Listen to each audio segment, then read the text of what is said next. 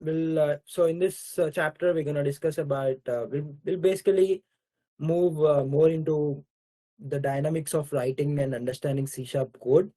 So understanding C sharp language is like C sharp, like understanding a programming language like C sharp involves more than just knowing a language. So it's about a spoken language. It's about comprehending the context and the syntax that make up the language of programming. So just like learning a new language, like a spoken language, you need to understand not just the words but also the grammar. Here, grammar in C sharp is the structure, and idioms are basically the common patterns of C sharp. So yeah, as I mentioned, we're moving beyond theoretical concepts to hands-on coding. So this involves learning how to format your code correctly, debug it, and construct more complex variables and methods. So in this chapter, we're going to discuss about writing proper C sharp code. Our focus is will be on how to write clean, efficient, and readable C sharp code. So this involves writing. This involves few coding conventions and best practices to make your code understandable and maintainable. So debugging is an essential skill in programming. It involves identifying and fixing errors or bugs in your code. We'll explore techniques to efficiently debug your C sharp scripts, make them error free and robust. And we'll also discuss about declaring variables. We'll go deeper into uh, declaring variables, which involves specifying the type of data a variable will hold, uh, and giving it a name. So proper declaration is crucial for efficient data handling in your programs. And we'll also discuss about access modifiers. So access modifiers like public, private, and protected determine how variables and methods can be accessed within your code and by other parts of your program. So understanding these will help you control the flow and security of your data. And We'll also discuss about variable scope, where basically variable scope refers to where in your code a variable can be accessed. We'll discuss local versus global scope and how scope management is vital for preventing errors and conflicts in your code. And we'll also discuss about working with methods. So building on our previous understanding, we'll explore more advanced methods, including the declaration, parameters, return types, and the concepts of method overloading. And finally, we'll also discuss about common Unity methods. We'll like start method, update method, and how they integrate into Unity game engine, enhancing the functionality of your scripts. So as we go deeper into these topics, remember that understanding and programming is a gradual process. Each concept builds upon the last, and the practical application is the key. So by end of this topic, you'll have a stronger and more practical understanding of how to write and use C sharp in Unity effectively. So let's begin.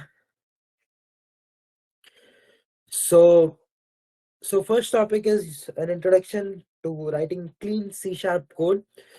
So we're going to start with the fundamental aspect of programming in C sharp, which is writing clean and understandable code.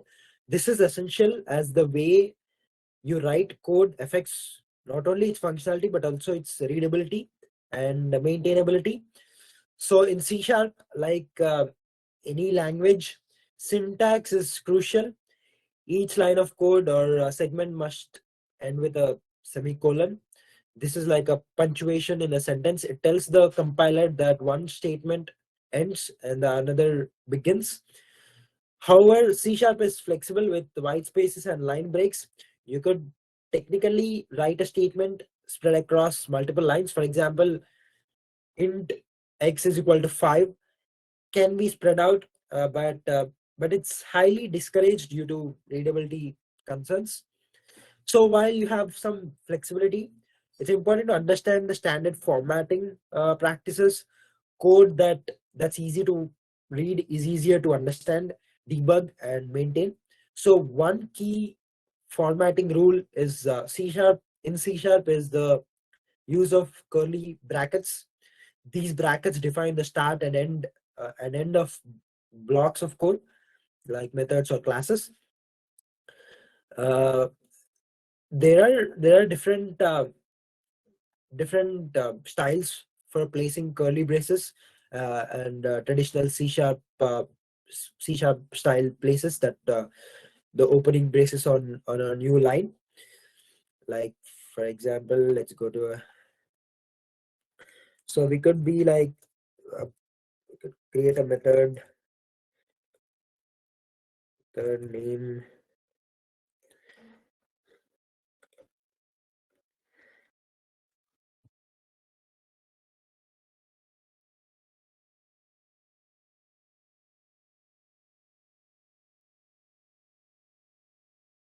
So this is an example for the curly braces.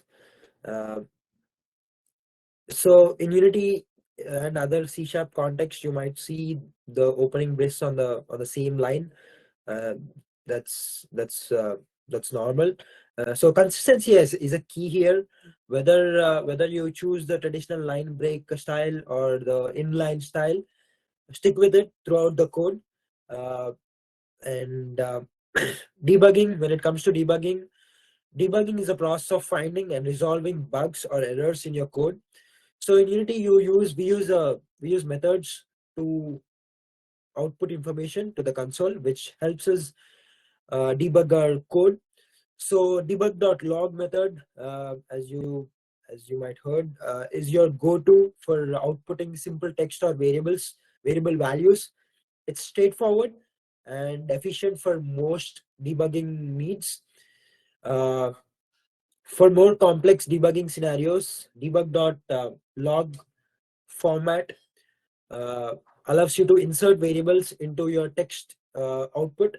It uses a placeholder in the curly braces, like curly braces has a 0 in it, 1, which can be replaced by variable values. And also notice how we can use dot notation like debug.log and debug.log format. This is because debug is a class, and a log format are methods within the class. So writing a clean C sharp code and effectively debugging it are foundational skills for any programmer. As we progress, remember the clarity of your code is just as important as its functionality. Uh, with these skills, you will be ready to dive deep. Excuse me. You'll be ready to dive deeper into declaring variables and exploring different syntax in C sharp.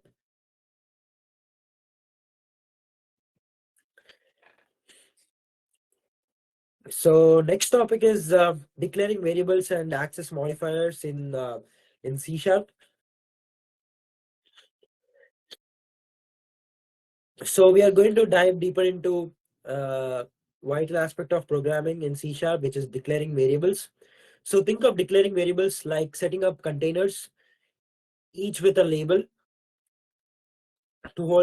each with a label to hold different types of data in your program. So in C sharp, a variable declaration is a way to tell the computer that what type of data we expect to store under what name. It's like saying I have a box named age, and it will only hold numbers.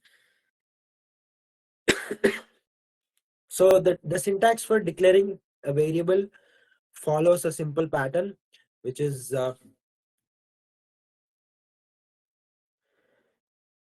which is data type variable name is equal to value.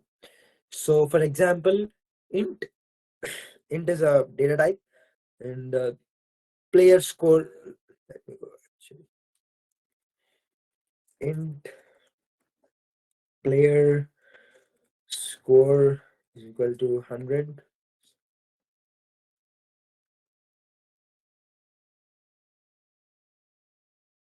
Yeah. So declares a variable named player score of type int, and which is an integer with an initial value of 100. So that's an example.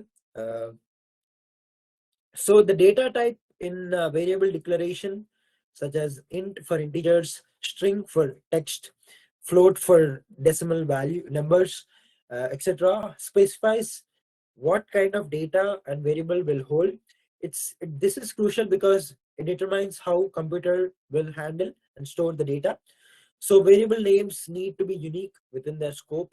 Avoiding using avoid using reserved keywords of C sharp as variable names, as they are already used in the language itself.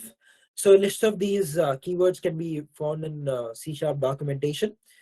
So there are times when you might not know the value of a variable at the time of declaration. In such cases, you can declare the variable with its type and name, but without assigning a value like integer int player age. So here, syntax C sharp automatically assigns a default value based on the data type. Like for int, it's 0. So next is access modifiers. So what are access modifiers? Access modifiers like public, private control where your variables can be accessed from. They are the first line of defense in securing your data. So a public variable can be accessed from anywhere in your program or even outside of it, like from the Unity inspector. A private variable, however, is only accessible within the class it is declared in. So that's the difference between public and private. So the best practices with access modifiers is, while it's possible to declare a variable without explicitly stating an access modifier, they default to private in C sharp. It's a good habit to specify them. This practice enhances code readability and data security. For example, let's go back. The player, let's put in public. So public int player score is equal to 1 makes it clear that player score can be accessed from other parts of your program or from the Unity editor. So in programming, especially in C sharp, properly declaring variables and using access modifiers uh, access modifiers is like setting a strong foundation for your code. It ensures that each piece of data is stored correctly and accessed securely. As we continue to explore C sharp, remember that the way you declare your variables and control access to them can greatly impact the functionality and integrity of your applications. So let's keep these principles in mind as we progress deeper into other topics. So next, we're going to discuss more about access modifiers in C sharp. So access modifiers is a crucial aspect of programming that controls how different parts of your code can access variables. So understanding access modifiers is like understanding the different levels of security clearance in an organization.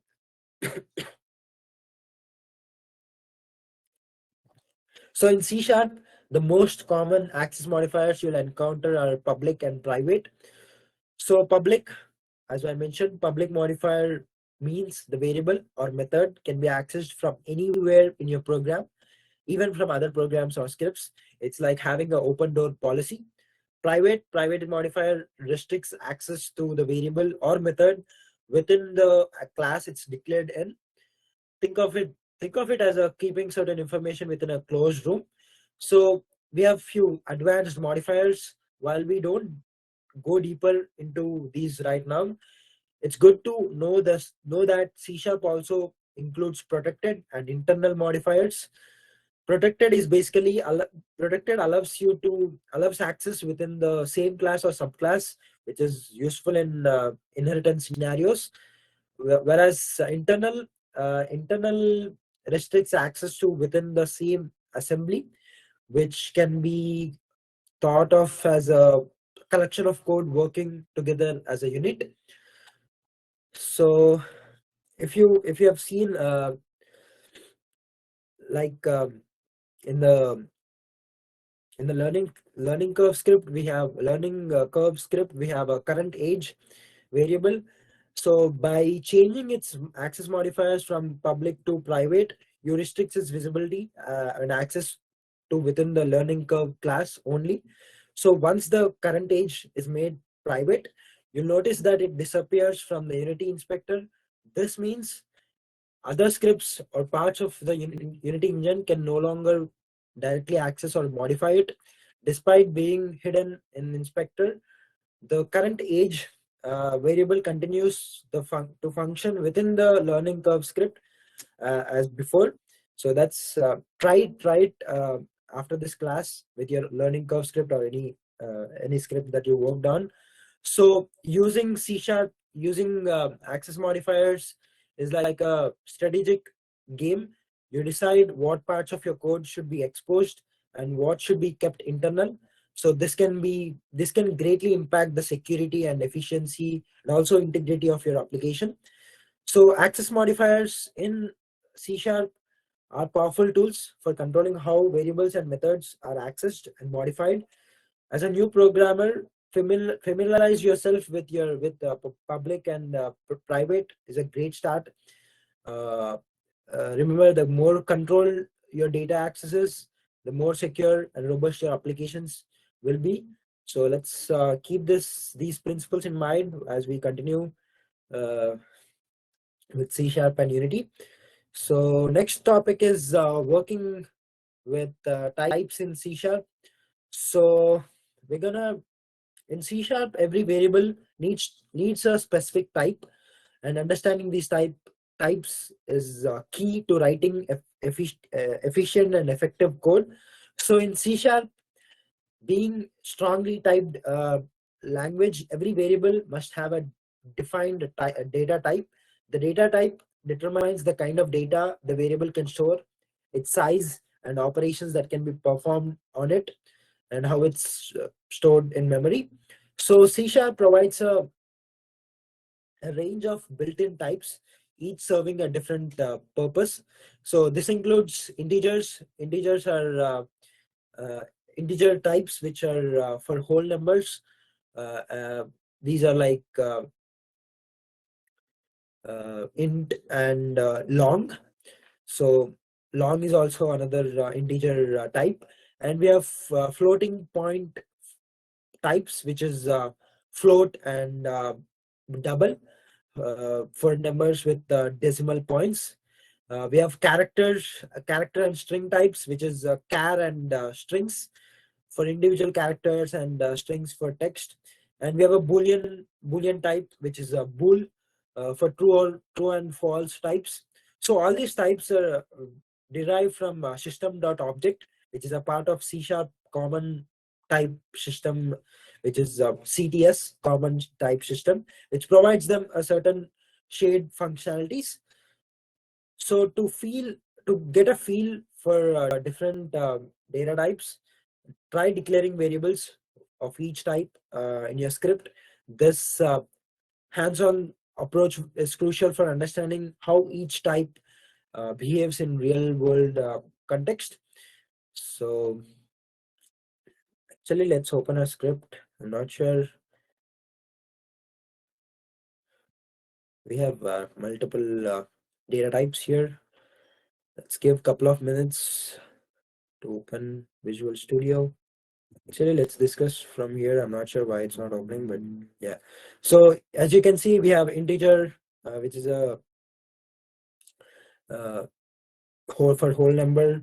We have string for text, and we have again int boolean, which we uh, yeah which we address as bool in C sharp.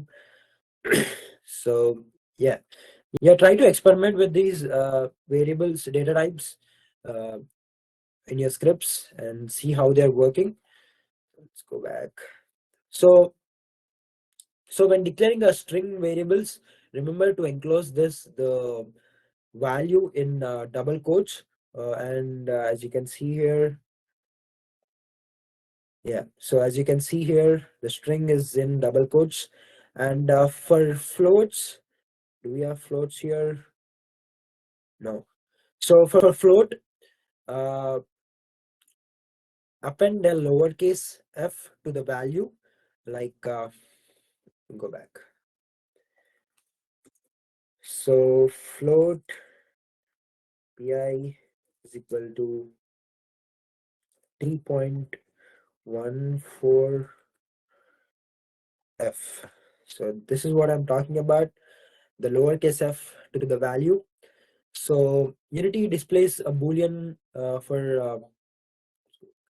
so Unity displays your boolean variable as a checkbox in the inspector, which is a user-friendly way to toggle between true and false values.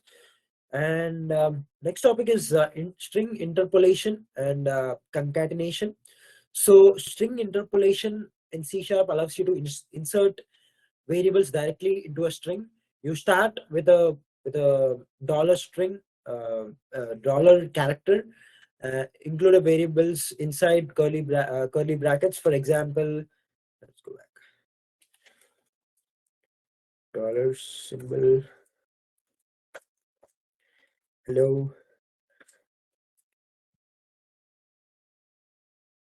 first name.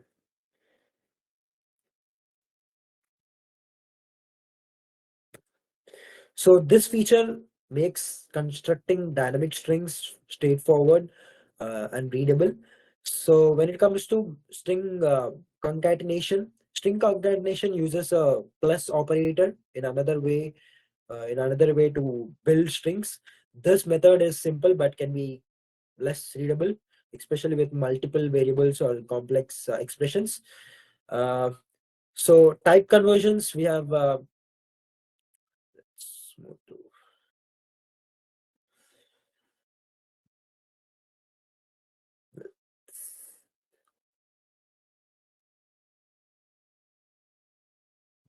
So in data types, basically the data types are foundation for any programming language. C# is no exception.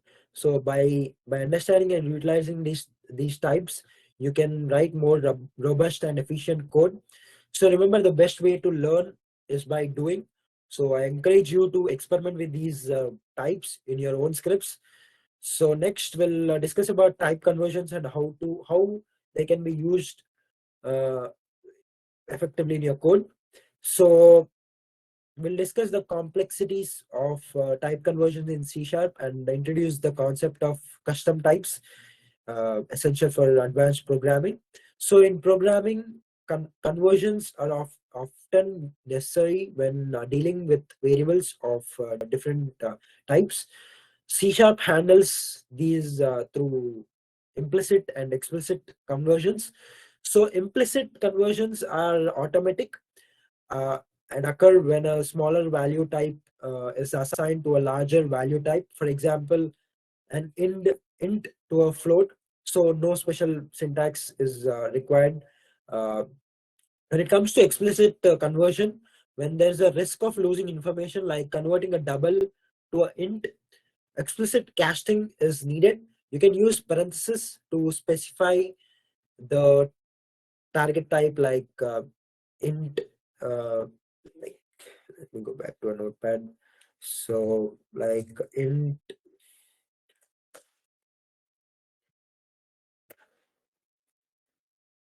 so yeah, this is one example for yeah, you can use parentheses to specify the target type, like this one.